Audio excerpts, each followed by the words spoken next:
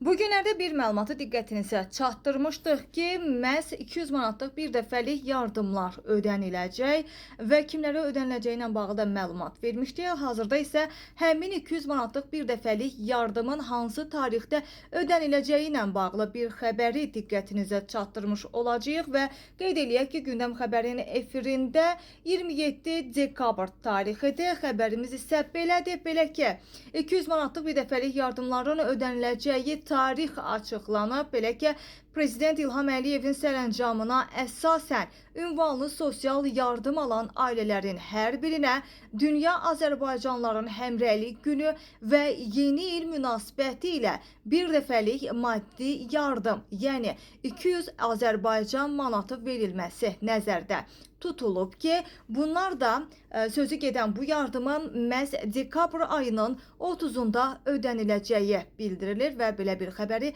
diqqətinizə çatdırdıq.